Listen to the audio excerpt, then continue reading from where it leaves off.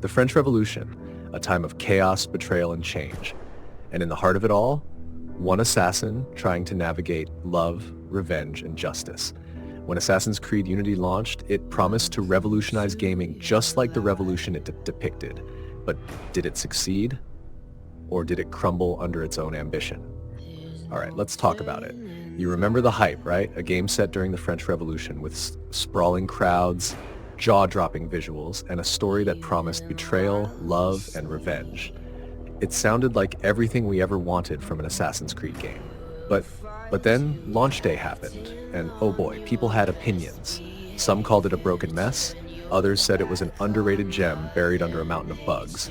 So here's the question. Was Unity really as bad as people claimed, or was it a game ahead of its time that got overshadowed by its rough start? Let's break it down and see if this game deserves the comeback it's been quietly building.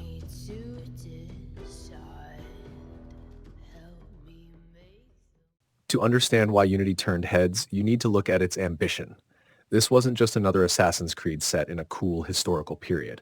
No, Ubisoft went all out. Paris in Unity wasn't just a map. It was practically a living, breathing character.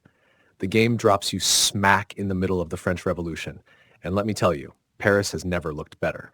And that's not just nostalgia talking. If I told you this game came out in 2014, you'd probably call me a liar. The graphics are that good. They recreated the city with insane attention to detail. Notre Dame, the Seine, the narrow streets lined with shops and cafes, it felt alive. And the crowds? Massive. You weren't just running through empty alleys, you were weaving through hundreds of NPCs, rioting, celebrating, or just trying to survive. This wasn't just window dressing either. Ubisoft promised that these crowds and the architecture would directly affect gameplay. Sneaking through the dense streets, perfect for losing pursuers. Perched on a gargoyle overlooking Notre Dame, a sniper's paradise. Sure, some character models show their age, a little bit of uncanny valley going on here and there, but the overall presentation is stunning. The city itself is what steals the show. The streets are bustling with crowds, protests, public executions, and little moments that make Paris feel alive. Honestly, the density of the world here still blows my mind. There are so many people on screen at once, all going about their business, reacting to what's happening around them. It's crazy to think that a game from 2014 manages to feel more alive than some of today's open-world games. I'm looking at you, Starfield. The attention to detail in Paris is wild. The architecture, the lighting, the little bits of chaos in the streets, it all adds up to an atmosphere that's immersive as hell. Back in 2014, I don't think we fully appreciated how ahead of its time this game was. But here in 24, it's crystal clear. Paris in Unity is a masterpiece.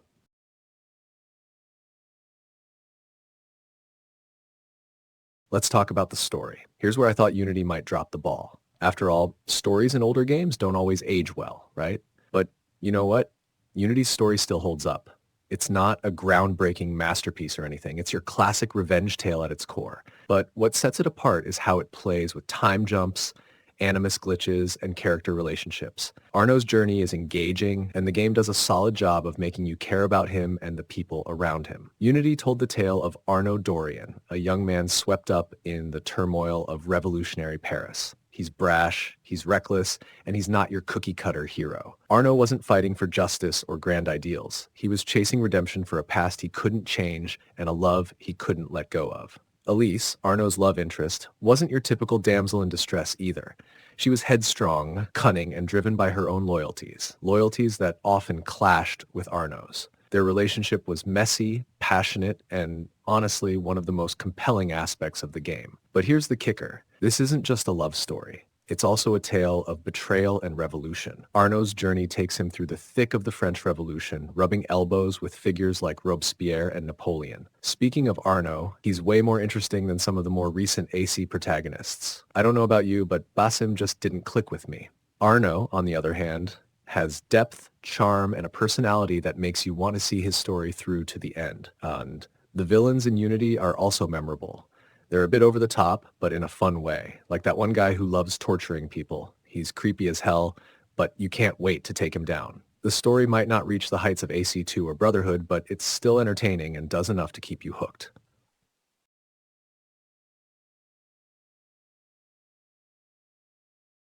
Now let's get into the nitty-gritty, the gameplay.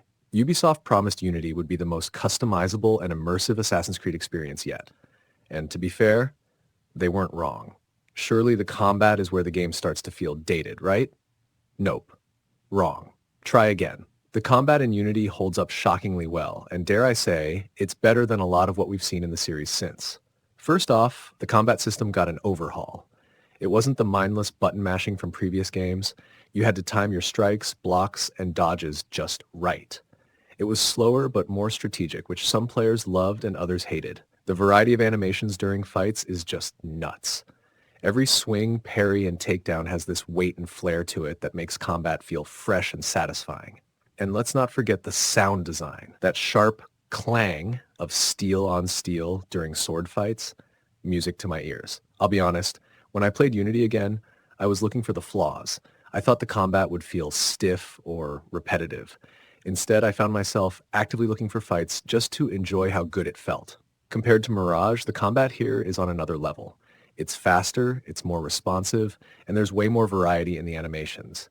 In Mirage, the combat often felt sluggish, and after a while, it became kind of predictable. But in Unity, every encounter feels dynamic and exciting. That said, I'll admit the combat can feel a bit on the easy side. Standard enemies don't pose much of a challenge, but when you're up against foes with guns, things get spicy real quick. Dodging bullets while trying to close the gap adds a nice layer of tension that keeps you on your toes. Then there was the stealth. Finally, Ubisoft gave us crouching. It seems silly now, but back then, this was a big deal. The game encouraged you to plan your assassinations more carefully. Sneaking through a ballroom filled with nobles or hiding in plain sight during a chaotic riot, it felt like a proper assassin experience. But the real game changer? Customization. You could tailor Arno's gear to fit your playstyle. Want to focus on stealth? Equip lightweight armor and boost your sneaky stats. Prefer going in loud? Pick up some heavy gear and load up on grenades.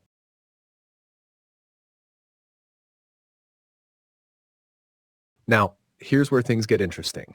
For the first time in the series, Unity introduced cooperative multiplayer missions. You and up to 3 friends could team up to tackle elaborate heists or assassinations.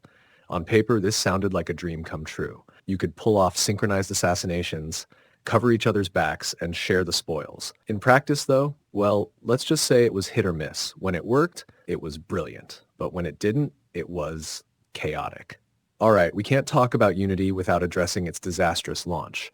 The bugs were legendary. Floating eyeballs, NPCs glitching through walls, Arno falling through the map. It was a mess. Ubisoft promised a polished next-gen experience, but players got something that felt half-finished. To make matters worse, performance issues were rampant. Even on high-end PCs, the frame rate often tanked. The backlash was swift and brutal. Memes flooded the internet, review scores plummeted, and Ubisoft scrambled to issue patches. They even gave away free DLC as an apology. But here's the thing. Underneath all the glitches, there was a genuinely great game. The problem was, most people never got to see it because they were too busy laughing at the bugs.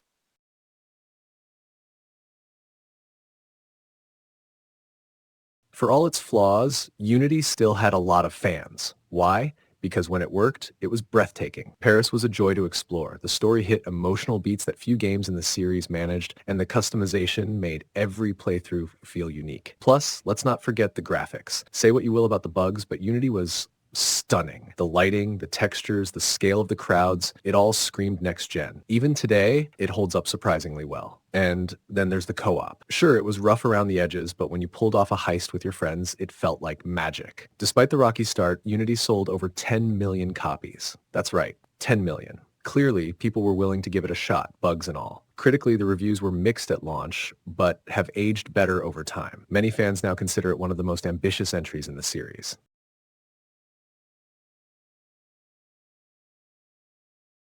So why are we still talking about Unity years later? Because it marked a turning point for the franchise. It was the moment when Assassin's Creed became more than just a series of cool historical settings. It became a platform for experimentation, sometimes messy, but always ambitious. The crowd density, the co-op missions, the emphasis on stealth, it all laid the groundwork for future games. And love it or hate it, Unity dared to try something new.